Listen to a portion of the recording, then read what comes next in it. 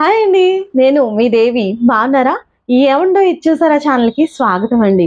ఇవాళ నేను మా హాల్‌లో మిర్రర్‌ని రిప్లేస్ చేయాలి అని అనుకుంటున్నాననమాట. మా హాల్‌లో మిర్రర్ చాలా పాతది. సో, చూడడానికి అంతగా లుక్ బాలేదు కదా అని చేంజ్ చేయాలి అని ఇలా మేకోవర్ స్టార్ట్ చేశాను. అయితే ఇలా నేను ఒక రౌండ్ క్యాన్వాస్ తీసుకున్నాను. ఎప్పుడైనా సరే మనం ఆహ్, ఇలా లిప్ ఆన్ ఆర్ట్ వర్క్ ఇలాంటి పర్మనెంట్స్ వర్క్ చేసుకునేటప్పుడు క్యాన్వాస్ మీద చేసుకోవడమే చాలా మంచిది. అది పర్మనెంట్‌గా ఉండిపోతుంది. అలా కాకుండా కార్డ్‌బోర్డ్స్ మీద వీటి మీద చేస్తే అది టెంపరరీగా మాత్రమే ఉంటుంది. అయితే ఈ ఆర్ట్ కోసం నా దగ్గర ఎంసీల్ బాక్సులు చాలా ఉన్నాయన్నమాట. ఎప్పుడో ఇంటికి వర్క్స్ చేయించినప్పుడు అవి తెచ్చుంచారు. సో, వాటిని ఇలా యూజ్ చేసుకుంటే బాగుంటుంది కదా అని నేను ఎంసీల్‌తో డగ్ లాగా చేశాను. ఎంసీల్‌తో చాలామంది చాలా రకాలుగా ఫ్లవర్స్ ఇలా చేస్తూ ఉంటారు. అయితే నేను ఇప్పుడు ఈ ఎంసీల్‌ని ఈ లిప్ ఆన్ ఆర్ట్ వర్క్‌కి యూజ్ చేస్తున్నాను. అయితే ఈ వీడియోని మీరు ఎక్కడ స్కిప్ చేయకుండా చివరి వరకు చూడండి. ఎందుకంటే నేను ఎక్కడ ఎలా చేశాను, ఏం టిప్స్ ఫాలో అయ్యాను, ఏవైనా టిప్స్ మీకు ఉపయోగపడవచ్చు అనే ఉద్దేశంతో చెప్తున్నాను అన్నమాట. అయితే ఇలా నేను ఈ లిప్ ఆన్ వర్క్ చేయడానికి డగ్ ఏదైతే తయారు చేసుకున్నానో దాన్ని ఇలా సన్నగా తీగలాగా చేసుకున్నాను అనమాట. ఇది ఫస్ట్ మిర్రర్ చుట్టూ పెట్టే రౌండ్ కాబట్టి నేను కొంచెం సన్నగానే చేసుకున్నాను. జనరల్‌గా ఈ ఆర్ట్ వర్క్ చేసుకోవడానికి మనం ఏదైతే చేస్తామో అవి కొంచెం లావుగా ఉండేటట్టు చూసుకోండి. అంటే మనం బెల్లం తాలూకులు, పాల తాలూకులు చేయడానికి ఎలా పిండిని చేస్తాం కదా! అలానే చేయాలి. కాకపోతే కొంచెం థిక్‌గా ఉండేటట్టు చూసుకోండి. అలా చూసుకోవడం వల్ల ఏమవుతుందంటే దాని లుక్, దాని మీద మనం ఏదైనా డిజైన్ చేస్తే ఆ డిజైన్ కూడా చాలా అందంగా కనిపిస్తుంది అన్నమాట. అందుకని ఎప్పుడు కూడా కొంచెం లావుగా ఉండేటట్టే చేసుకోండి. దీన్ని మౌల్డెడ్ క్లే తోటి లేదా ఇంట్లో చేసుకున్న డగ్‌తో కూడా చేస్తారు. నా దగ్గర ఎంసీల్ ఉంది కదా అని ఇలా చేస్తున్నాను. నేను ఒక్కొక్క లైన్‌కి ఒక్కొక్క డిజైన్ చేస్తున్నాను. ఫస్ట్ లైన్‌కి డాట్స్ ఇచ్చాను. ఇప్పుడు సెకండ్ లైన్‌కి ఇలా, థర్డ్ లైన్‌కి మళ్ళీ డాట్స్ అండ్ లాస్ట్ లైన్‌లో నేను ఇలా రౌండ్‌గా పెట్టేసుకున్నాను. మరీ సర్కిల్‌గా కాకుండా అనమాట. ఇక్కడ అద్దం పక్కన ఉన్న దానికేమో ఇలా రేస్ లాగా పెట్టుకున్నాననమాట. మనం పద్మం చేయడానికి ఎలా చేస్తాం అలా. ఈ రేస్ మధ్యలో ఏం చేస్తున్నానంటే, నాకు చిన్నప్పుడు మనం అరచేతిలో ముగ్గులు వేసుకునేవాళ్ళం నత్తగుల్లల్లాగా. ఎంతమందికి గుర్తున్నాయో నాకు తెలీదు. సో, నాకదెందుకో గుర్తొచ్చింది. సో, ఇలా చేసి మధ్యలో పెడితే బావుంటుంది గదా అనిపించి నేనేం చేశానంటే, ఇలా పెట్టేశాను. నాకైతే చిన్నప్పుడు జ్ఞాపకాలంటే చాలా చాలా ఇష్టం. బాల్యం చాలా అద్భుతమైనది. నేనెప్పుడూ చెప్తూ ఉంటాను. ఎందుకంటే నా బాల్యంలో నేను ఎంజాయ్ చేసినంతగా ఇంకెవ్వరు ఎంజాయ్ చేసుండరు. సో, అందుకని నేనిలా పెట్టేస్తున్నాననమాట. ఆ నత్తగుల్లల్లాగా రౌండ్ షేప్‌లో చేసి 2 లైన్స్ ఇలా రౌండ్‌గా సర్కిల్ చేసి ఇలా పెట్టేస్తున్నాను ఒకదాని పక్కన ఈ గ్యాప్‌లో. సో, ఇది చూడ్డానికైతే చాలా బావుంది. నాకనిపించింది అసలు ఈ బ్లాక్ కలర్‌లో ఉంచేస్తేనే బావుంటుందేమో అని. కానీ బ్లాక్ కలర్ కంటే కూడా ఇంకా ఒకసారి కలర్స్ వేసి చూస్తే చాలా బావుంటుంది గదా! అని అనిపించిందనమాట. ఇలా సెకండ్ లైన్‌లోనేమో ఇలా మెలికలు తిరిగినట్టుగా పెట్టేశాను. సో, ఇక ఫైనల్‌గా ఏం చేస్తున్నానంటే మొత్తం అంతా కూడా వైట్ పెయింట్ తోటి కవర్ చేసేస్తున్నాను. ఇలా వైట్ పెయింట్ వేసిన తర్వాత కలర్స్ వేసుకుంటే మనం ఏ కలర్ వేసినా కూడా దానికి లుక్ ఇస్తుంది. చూడ్డానికి కూడా చాలా బావుంటుంది. ఇలా బ్లాక్ కలర్‌గా కూడా ఉంచేసుకున్నా బావుంటుంది. బట్ బ్యాక్‌గ్రౌండ్ ముందే మనం వైట్ కలర్ వేసేసుకోవాలి. అప్పుడు ఏమవుతుందంటే చూడ్డానికి చాలా బావుంటుంది. ఈ బ్లాక్ మధ్యలో మనం వైట్ వేయడం స్టార్ట్ చేశామంటే గనక మళ్ళీ మనకి ఏమవుతుందంటే అది క్లమ్జీగా అయిపోయి చూడ్డానికి అస్సలు బాగోదు. సో, అందుకని నేనిలా 2 కోట్స్ అయితే వైట్ వేస్తున్నాను. ఎందుకంటే క్యాన్వాస్ మనం ప్లెయిన్ క్యాన్వాస్ తీసుకున్నాం. దాని మీద కలర్ కూడా ఏం వేయలేదు కాబట్టి నేనేం చేస్తున్నానంటే ఇలా డబుల్ కోట్ వైట్ కలర్ వేసేస్తున్నాను. సో, ఈ వైట్ కలర్ అంతా వేసిన తర్వాత చూడ్డానికి చాలా బావుంది. అక్కడక్కడ కలర్స్ మనం వేసుకుంటూ వస్తుంటే అసలు ఎంత బావుందనుకున్నారు? నాకైతే చేస్తున్నంత సేపు దీని అవుట్‌లుక్ ఎలా వస్తుంది? ఎలా ఉంటుంది? అబ్బబ్బా! అని ఆలోచిస్తూనే ఉన్నాననమాట. ఇంకా ఇంకొక విషయం ఏంటంటే రాజ్యలక్ష్మి గారు మీకైతే డీటీడీసీ నుంచి కొరియర్ వచ్చేస్తుంది give away gifts. Ankit, Anvith గారు మీకు డీటీడీసీ నేను ట్రై చేశాను. బట్ వాళ్ళేమన్నారంటే అక్కడ ఆ విలేజ్‌లో సర్వీస్ లేదు. అక్కడి నుంచి మీరు కలెక్ట్ చేసుకోవాలంటే 25 25 కిలోమీటర్స్ పడుతుంది అనేసి అన్నారు. సో అందుకని నేను స్పీడ్ పోస్ట్ చేద్దాం కదా అని డిసైడ్ అయ్యాను. సో నేను రేపు అంటే సోమవారం స్పీడ్ పోస్ట్కి ఇచ్చేస్తాను. ఓకేనా? మీ గివ్ అవే గిఫ్ట్స్ అయితే ఎక్కడికి వెళ్ళవు, వరీ అవ్వాల్సిన పని లేదు. తప్పకుండా మండే రోజు నేనైతే స్పీడ్ పోస్ట్కి ఇచ్చేస్తాను. సో ఇలా లైన్ బై లైన్ నేను కలర్ వేసుకుంటూ వచ్చేసాను. ఎప్పుడు కూడా మనం బ్లాక్తో చేసాం కాబట్టి మనం డబుల్ కోట్ వేయాల్సిందేనండి, లేదంటే ఆ వైట్ కలర్ యొక్క లుక్ కాదు. ఇది ఫస్ట్ కోట్కి ఇలా ఉందన్నమాట. సో నేను మళ్ళీ కంప్లీట్ అయిన తర్వాత ఇంకొక కోట్ కూడా వేసేసాను. అయితే ఇప్పుడు ఈ మధ్యలో నేను ఏం చేస్తున్నానంటే దీన్ని హైలైట్ చేయడానికి ఎల్లో కలర్ వేస్తున్నాను అనమాట. మిర్రర్ పక్కనే ఎల్లో కలర్ వేస్తున్నాను. పక్కన మనం ఎంత జాగ్రత్తగా వేసినా కూడా ఏదో ఒక లైన్కి వేరే కలర్ అంటుకుంటూ ఉంటుంది. But that's okay. ఫైనల్గా మనం ఆ బోర్డర్స్ని వైట్తో కవర్ చేస్తాం కాబట్టి పర్వాలేదు. కొంచెం జాగ్రత్తగా వేసుకుంటే అది కూడా అవసరం లేదు. బట్ ఎనీవేస్ మనం బోర్డర్ని వైట్తో కవర్ చేస్తాం కాబట్టి నేను ఇలా వేసేసాను అనమాట. సో నాకు ఈ వైట్ మీద ఎల్లో లుక్ చూస్తుంటే మాత్రం చాలా హ్యాపీగా అనిపించింది. అబ్బా, నేను చేసిన వర్క్కి మంచి అవుట్కమ్ వస్తుంది కదా అని అనిపించింది. సో నాకంటే బాగా చేసేవాళ్ళు కూడా ఉండొచ్చు, మీలో కూడా ఇంకా బాగా చేస్తూ ఉండొచ్చు. బట్ ఏంటంటే ఎవరు చేసుకున్న వాళ్ళ సొంత సాటిస్ఫాక్షన్ వేరే కదా. సో నేను ఇలా చేస్తుంటే నాకు చాలా హ్యాపీగా అనిపించింది. మీరు చేసే పని మీకు కూడా హ్యాపీగా అనిపిస్తుంది. మీకు కూడా ఈ ఆర్ట్ వర్క్ నచ్చిందా? నచ్చితే కనుక ప్లీజ్ లైక్ చేయండి. సో ఇలా నేను మొత్తం సెకండ్ లైన్లో కూడా రెడ్ అండ్ గ్రీన్ ఇచ్చేసాను. Yellow, red and green combination చాలా బాగుంటుంది. సో అవుటర్ లుక్లో కొంచెం ఇంకో కలర్ ఏదైనా వేస్తే బాగుంటుంది కదా అని ఆలోచిస్తే నాకు బ్లూ కలర్ బాగున్నట్టు అనిపించింది అనమాట. సో అందుకని నేను బ్లూ కలర్ ఇలా వేసేస్తున్నాను. సో బ్లూ కలర్ వేస్తుంటే భలే అనిపించింది. వావ్, మంచి లుక్ వస్తుందిలే అని. సో ఇది కూడా ఏ కలర్ అయినా సరే డబుల్ కోట్ అయితే వేయాలండి. వైట్ మీద ఆ కలర్ యొక్క డామినేషన్ మనకు కనిపించదు లేకపోతే. సో అందుకని ఇలా వేసుకోవాల్సిందే. కార్నర్స్లో కూడా చిన్న సైజ్ బ్రష్లు కూడా ఉంటాయి. మనకి ఏ సైజ్ బ్రష్ దేనికి పనికొస్తుంది అని చూసుకొని పెట్టుకోవాలి. కొంచెం ఎక్కువ గ్యాప్ ఉంది పర్వాలేదు అనుకుంటే అక్కడ కొంచెం వెడల్పుగా ఉన్న బ్రష్ని యూజ్ చేయొచ్చు. లేదు అంటే కనుక చిన్న సైజ్ బ్రష్ తోటే మేనేజ్ చేసుకుంటూ వెళ్ళడమే.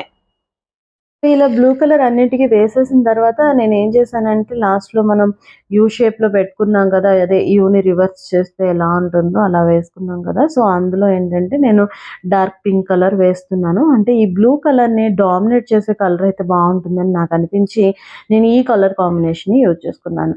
మీరు ఏ కలర్ కాంబినేషన్ అయినా మీ మనసుకు నచ్చేట్టు మీరు వేసుకోవచ్చు. లేదు నాకు ఇంగ్లీష్ కలర్స్ నచ్చుతాయంటే ఇంగ్లీష్ కలర్స్ కూడా వేసుకోవచ్చు. నాకైతే ఇలా బాగుంటుంది అనిపించి నేను ఈ కలర్ కాంబినేషన్ని యూజ్ చేసుకున్నాను.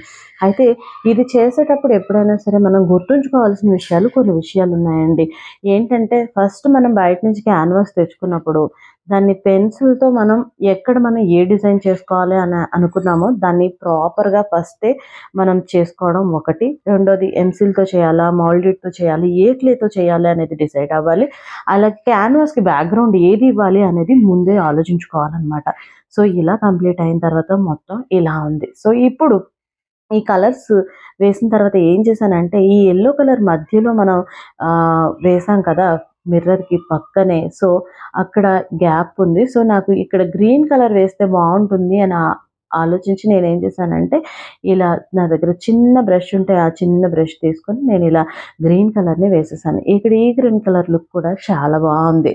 సో మొత్తం అయిన తర్వాత నాకైతే చాలా బాగా అనిపించింది అనమాట. సో మనం ఏంటంటే వీటికి కలర్ కాంబినేషన్ సెలెక్ట్ చేసుకోవడం ఒక ఎత్తు అయితే, ఇంకొకటి ఏంటంటే ఏ బ్లాక్లో మనం ఏ మిర్రర్ని యూజ్ చేసుకోవాలి, ఏ షేప్ యూజ్ చేసుకోవాలి, ఎలాంటి డిజైన్ యూజ్ చేసుకోవాలి అనేది ఇంకొకటి అనమాట. సో మనం మిర్రర్స్ కొనుక్కునేటప్పుడే మనకి ఒక ఐడియా ఖచ్చితంగా ఉండాలి. సో ఈ బ్లాక్లో ఈ మిర్రర్ వేసుకుంటే బాగుంటుంది, ఇలా చేసుకుంటే బాగుంటుంది. అలాగే ఈ మిర్రర్కి ఈ బ్లాక్కి ఎంత సైజ్ వస్తుంది, మనం తీరా ఈ బ్లాక్లో ఈ మిర్రర్ వేసుకుందాం అని అనుకుంటాం, కానీ మనం తీసుకున్న బ్లాక్స్ ఆ సైజ్కి ఫిట్ కాకపోవచ్చు. సో అవన్నీ కూడా మనం ముందే ఆలోచించుకోవాలన్నమాట. సో మిర్రర్స్ తీసుకున్న తర్వాత బ్లాక్స్ చిన్నయినాయి, ఈ మిర్రర్స్ పట్టడం లేదు అని ఆలోచిస్తే మనం మిర్రర్స్ని మళ్ళీ మార్చలేము, అదంతా మనీ వేస్ట్. సో అందుకని ముందే మనం డిసైడ్ అయ్యి చేసుకోవాలి. సో ఇదండి మరి ఇలా రెడీ అయింది. చాలా బాగుంది కదా. నాకైతే చాలా బాగా నచ్చింది, ఎందుకంటే చాలా కష్టపడి చేశాను కదా అందుకని. ఇప్పుడు ఏంటంటే నేను ఒక బ్లాక్లో కూడా నేను తెచ్చుకున్న మిర్రర్స్ని ఇక్కడ సెట్ చేసేసుకుంటున్నాను. నేను ఆల్రెడీ ముందే అనుకున్నాను ఈ బ్లాక్లో ఈ మిర్రర్ ఉంటే బాగుంటుంది అని ఆల్రెడీ అనుకుని సో నేను ఇక్కడ మిర్రర్స్ తీసుకున్నాను. సో అందుకని ఆ మిర్రర్స్ని నేను ఇలా సెట్ చేసేస్తున్నాను. సో ఇలా పెట్టి దీని కింద ఒక రౌండ్ సర్కిల్ మిర్రర్ వేసేద్దాం అనేసి. మీకు బ్యాక్గ్రౌండ్లో నాయిస్ రావచ్చు, నేను చాలా ట్రై చేస్తున్నాను కానీ పిల్లలు అస్సలు ఆగట్లేదండి ఇక్కడ. సో ఆడుతూనే ఉన్నారు, నేను ఎంత చెప్పినా వాళ్ళు ఆగే పొజిషన్లో లేరు. సో అందుకని ఇక తప్పక ఇలానే రికార్డ్ చేసేస్తున్నాను.